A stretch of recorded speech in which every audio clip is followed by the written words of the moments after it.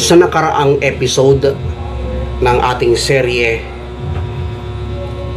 tinapos po sa huling hapunan ng ating Panginoong Hesus noong unang Huwebes Santo.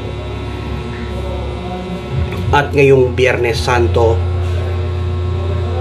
sama-sama nating pagninilayan at lalakbayin sa isang pinaka matindi, subalit ito'y mabilis na tagpo sa kasaysayan ng ating Panginoon. Sariwain natin ang mga pinagdaanan ni Jesus. Magandang araw po. Ako po si Brother Ryan America. Samahan niyo po ako sa ikalawang araw na pagbubulay-bulay, hatid ng Kapahayagan TV at UGC Unstoppable Grace Channel social media channels.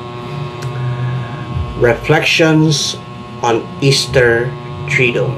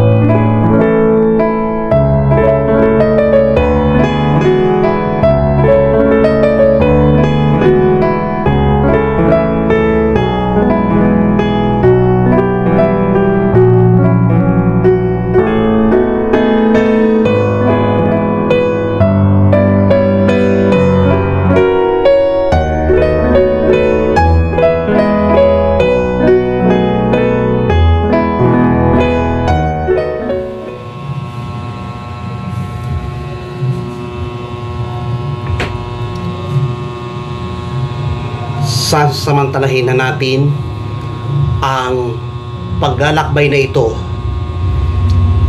sa isang madamdaming tagpo.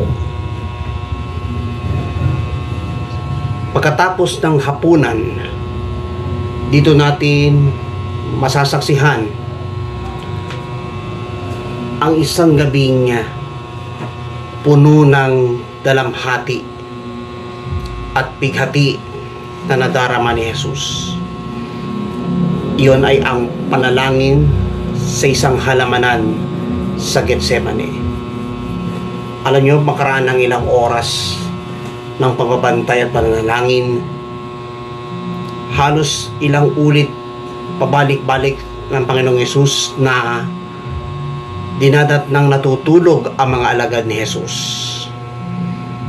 At sa ikatlong pagkakataon, ginising ni Jesus sa mga alagad at dumating ang oras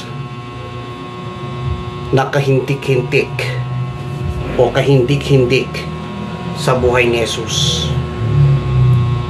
ay ang pagkakanulo sa kanya ni Judas Iscariote at pagkakadakip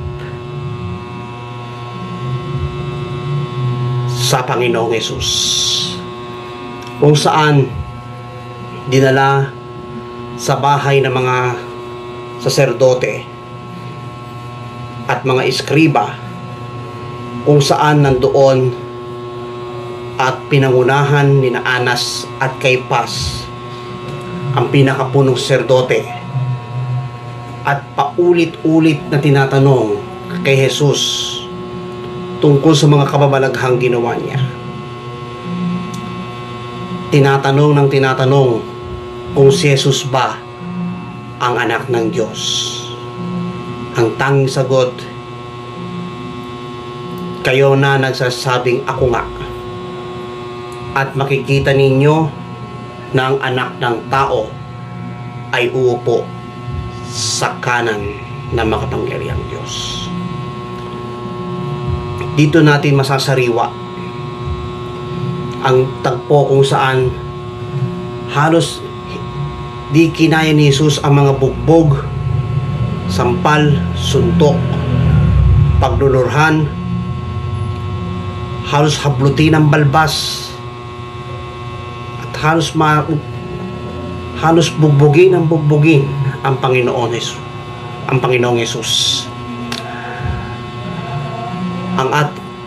Sunod ng alagad ni Jesus na si Pedro, nagpapainit.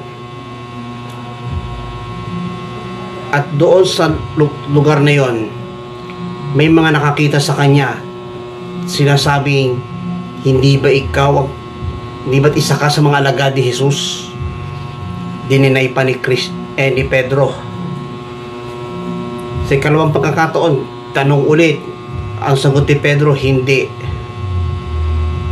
Ikatlong ulit,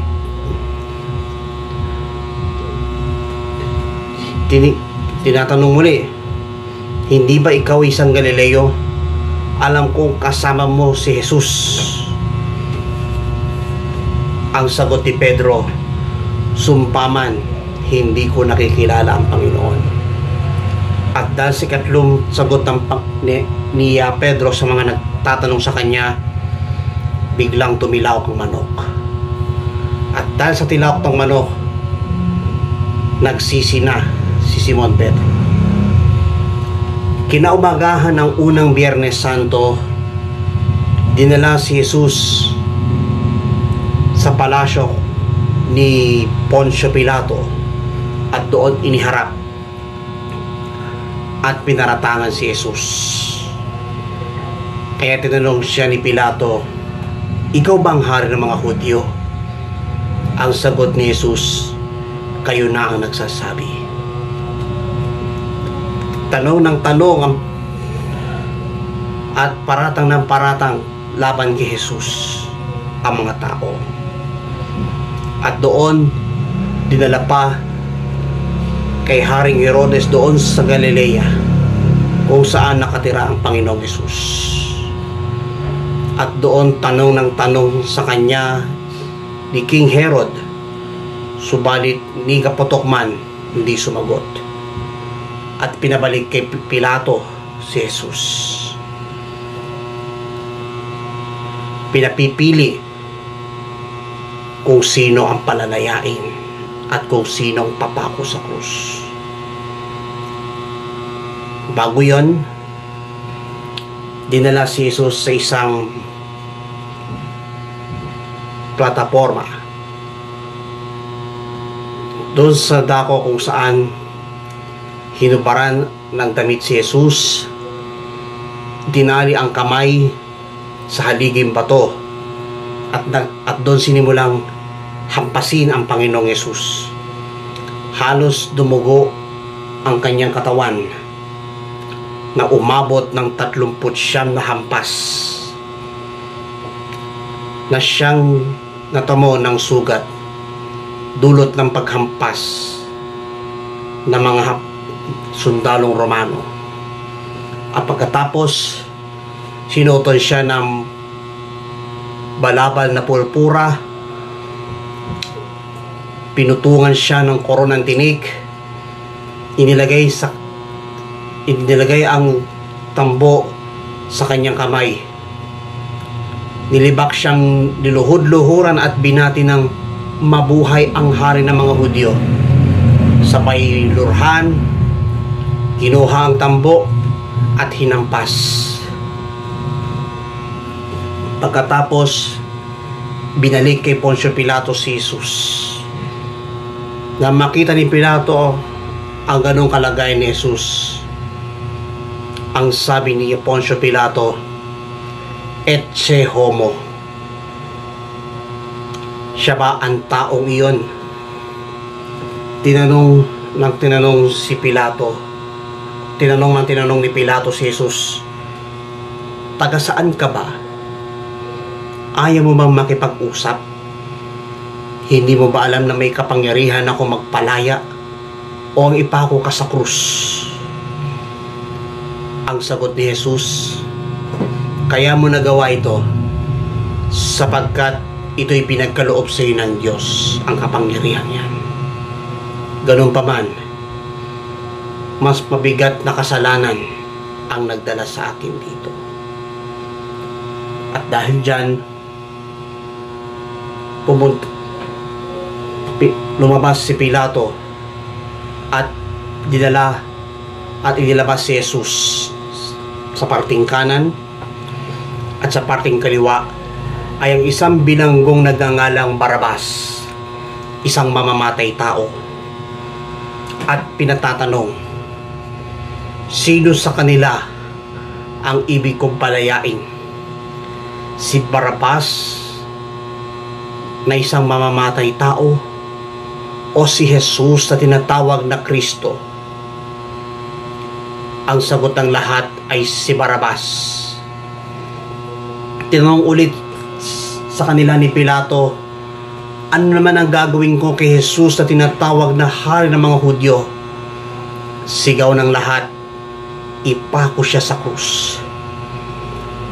At dahil sa sigaw ng mga madla, walang magawa si Pilato kundi sundin ang kahilingan nila. Tinawag niya ang isang sa mga alila at dinala ang isang batyang tubig at nagsimulang maghugas ng kamay. At sabay sabi ni Pilato, wala akong pananagutan sa kamatayan ng tao ito. Kayo na ang bahala. Dito natin masasaksihan ang kahindik-hindik na tagpo kung saan ang mamamatay taong si Barabas pinalaya at si Jesus ay inilabas upang ipako sa krus. Hinatulan siya ng kamatayan sa pamamagitan ng pagpako sa krus. Doon sa tagpong iyon, lumabas si Jesus, pasan ang mabigat na krus na kahoy at nilakad patungong Golgota. Hindi pa man makarating sa Golgota ay 3 ulit siyang nadapa sa sobrang bigat. At dahil dyan, nagpatawag ang sundalong Romano ng tutulong sa kanya sa pagpasa ng krus patungong Golgota. At tinawag nga ang isang magbubukit na nangalay Simon, isang magsasakang galing sa Cirene. At siya'y pilit nilang pasanin ang krus ni Jesus. At sa sobrang susuray-suray ang Panginoon, habang pasan ng Sireneyong si Simon ang krus, may dumating sa kanya ang mga taong nananambitan at nananaghoy sa kanya, pati na rin ang mga kababaihan. Nilingon sila ng Panginoong Hesus at sinabi niya, mga kababaihan ng Jerusalem, huwag ninyo akong tangisan. Ang tangisan ninyo'y ang inyong sarili at ang inyong mga anak. Tandaan ninyo, darating ang araw na sasabihin ninyo, mapalad ang mga baog, ang sinapupunang hindi nagdadalang tao, at ang mga dibdib na hindi nagpasuso. Sa araw ding iyon, sasabihin nyo sa mga bundok, gumuho kayo sa amin, at sa mga burol, tabunan ninyo kami, sapagkat kung ganito ang ginawa niya sa kahoy na sariwa, ano naman kaya ang gagawin sa tuyo? Pagdating sa Golgota, doon dumating na kasabay ang 2 tulisang bibitayin kasama niya, kung saan pag doon sa Golgota hinubaran si Jesus, inihiga sa cross upang doon ipinako sa krus ang kanyang mga kamay at ang paa At sa ulunan ng krus, may isang karatulang may nakasulat, Jesus ng Nazaret, Hari ng mga Hudyo. Sa wikang Hebreyo, Jesus Nazarenos Rex Judaeorum. At ibinangon ang krus, kasabay ang dalawang tulisang nakabiti doon. At sari-saring kutya ang ipinatikim nila kay Jesus. At doon, sa 3 oras na yon, sinambit ni Jesus ang 7 salita. Ama, patawarin mo sila, sapagkat hindi nila nalalaman ang kanilang ginagawa. Sari-saring kutya ang natatanggap ni Jesus mula sa mga nakamasid sa kanya. Tinuya siya ng mga tao, sabi, di ba ikaw ang gigiba ng templo at muli itatayo sa loob ng 3 araw? Iligtas mo ang iyong sarili. Bumaba ka sa krus kung ikaw nga ang anak ng Diyos. Tinuya rin siya ng iba pa. Iniligtas siya ng iba. Iligtas niya ngayon ang kanyang sarili kung siya nga ang Kristo, ang hinirang ng Diyos. Alam nyo, yung isa sa mga tulisang nakabitin, mayabang pa ng hamon. Hindi ba ikaw ang Mesiyas? Iligtas mo ang iyong sarili, pati na kami. Ngunit yung kasama pa niyang tulisan, sinabihan siya. Sabi niya, ikaw napakayabang mo. Hindi ka ba talaga natatakot? Ikaw may tulad niya pinarusahan. Marapat lang na tayo parusahan ng ganito, sapagkat tayong gumagawa ng kasalanan. Subalit ang taong ito'y walang ginawang masama. Paglingon kay Kristo Jesus ay sinabi, Jesus, alalahanin mo ako kapag naghahari ka. Ang tanging sagot ni Kristo Jesus na may kalakip na pangako, ngayon din, isasama kita sa paraiso. Sa mga oras ding yon, nasa paanan ng krus ang kanyang inang si Maria at ang isa pang Maria na asawa ni Cleopas. At nandoon din si Maria Magdalena. Nang makita ni Jesus ang kanyang ina na nagdadalamhati at ang minamahal na alagad sa tabi nito, ay winika niya sa kanyang inang si Maria, Ginang, narito ang iyong anak. At pagdating sa alagad ay kanyang sinabi, narito ang iyong ina. At mula noon, pinatira niya ang ina ni Jesus na si Maria sa tahanan. Sa oras din yon, nagdilim sa buong lupain kung saan nakatayo ang krus. Sumigaw si Jesus at yun ang ika-4 na salita, Eli, Eli, lama sabachthani, Diyos ko, bakit mo ako pinabayaan? Alam niyo po, nang marinig ang mga taong nakapanood sa kanya, sabay nagbulong-bulong at sinabi, tinatawag niya si Elias. Alam niyo po, sabi ng Panginoong Yesus, bagamat nagdidelirio siya, wika niya, nauuhaw ako. Alam niyo po, nang marinig ng mga kawal ang sambit ni Jesus, isang mangkok na puno ng maasim na alak, kung saan tinubog ang alak ng isang espongha na inilagay sa dulo ng isang tambo at ipinasipsip kay Jesus. Sabi ng iba, tingnan natin kung darating si Elias upang iligtas siya. Alam nyo, pagkasipsip ng Panginoong Hesus ang alak ay kanyang winika, naganap na.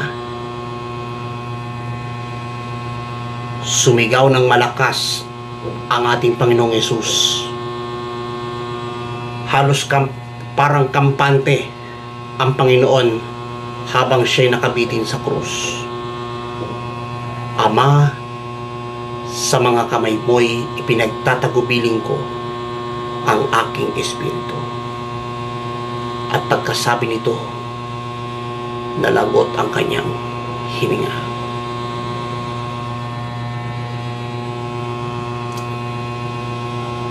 Kapatid, friendship, ka-prayer partner, katuwang. Naranasan mo ba ang pag-ibig ni Jesus habang siya'y naghihirap sa krus?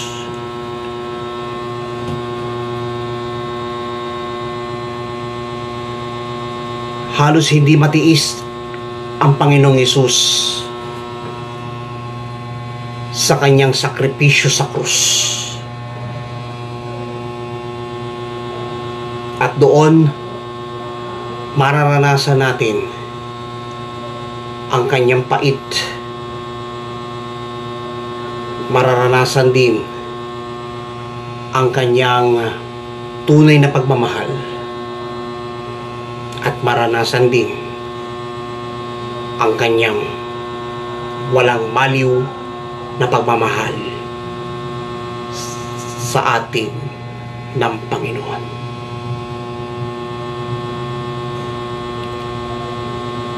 Bakit ka ba naguguluhan sa panahong tayo'y nalugmok sa mga pagsubok? Nandito si Jesus. Nasa puso natin si Jesus. Hindi tayo iiwan. Hindi tayo pababayaan. Mahal tayo ni Jesus. At nais ni Jesus na tayo ay lumapit sa Kanya. Huwag tayong sa walang kibo. Sa halip, lumapit tayo sa Diyos at humingi tayo ng awa sa Kanya. Magkaisa tayo sa panalangin. Sa ngalan ng Ama at ng Anak at ng Espiritu Santo. Amen. Diyos naming Ama, salamat sa sakripisyong dinanas ng iyong anak na si Jesus. Sa paglalakbay namin sa pinagdaanan ng aming Panginoong Hesus upang mailigtas ang buong daigdig. Damang-dama namin kung gaano kami kamahal ng iyong anak na si Jesus. Sa pamamagitan ng iyong salita, ramdam namin na siya'y nasa aming puso. Nadarama namin, O Diyos, na siya ay hindi nang iiwan. Tunay nga na ang kanyang mga salitang binigkas habang siya'y naghihirap sa krus ay aming maranasan. At nawa sa kanyang sakripisyo, ito'y aming ipinagpasalamat sapagkat sa pamamagitan ng kanyang dusa at kamatayan sa krus, ipinakita niya kung gaano kami kamahal. Salamat, Panginoon. Salamat sa iyong sakripisyo sa krus. At sa huling bahagi ng pagninilay sa Easter Triduum na ito, sasariwain namin ang tagpo mula sa maghapong tahimik na puno ng lungkot at dalamhati tungo sa panibagong pag-asa sa pamamagitan ng malwalhati mong pagkabuhay. Salamat, Panginoon. Ito po ang aming dalangin kaysa ng panambitang panalangin ng aming Inang Birheng si Maria at ng lahat ng mga anghel at mga banal sa langit, sa ngalan ng iyong bugtong anak, ang aming Panginoon tagapagligtas, Panginoong Hesukristo, na nabubuhay tagaharing kasama mo ng Espiritu Santo, iisang Diyos, magpasawalang hanggan, sa ngalan ng Ama at ng Anak at ng Espiritu Santo. Amen and amen. Ngayong Biyernes Santo, ipakita natin sa ating puso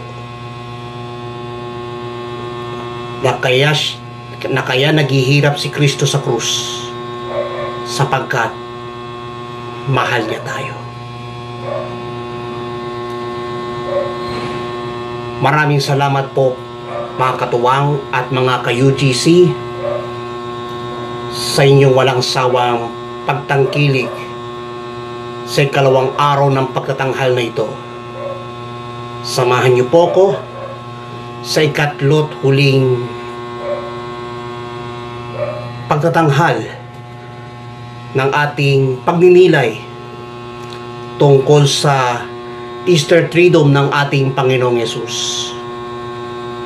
Sama-sama nating sariwain mula sa unang Sabado de Gloria na puro pananahimik at lungkot hanggang sa maluwalhating pagkabuhay ng Panginoong Yesus noong unang Easter Sunday. Samahan niyo po ko ngayong darating na Sabado de Gloria sa ikatlo't huling pagtatanghal ng espesyal na handog ng Kapahayagan TV at UGC Unstoppable Grace Channel social media channels dito sa Reflections on Easter Triduum. Ito po ang inyong kapatid, friendship, katuwang, ka-prayer partner, at ang inyong cyber evangelizer, Brother Ryan Astillero, America. Maraming salamat po at magkita-kita tayo sa third part ng handog na ito.